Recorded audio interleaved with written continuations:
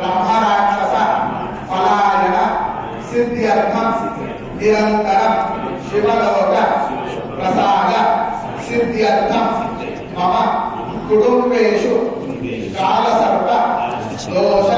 निवारण अर्थम मम जातकेषु संबंधित नवग्रह अंतर्गत राहुग्रह केतुग्रह तद्दोष पीड़ा परिहार अर्थम क्षिप्रमेव शरीर संपूर्ण आरोग्य प्राप्त्यर्थम मम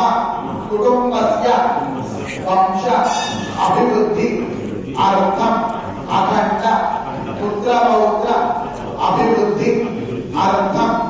मम जातकेषु संबंधित विवाह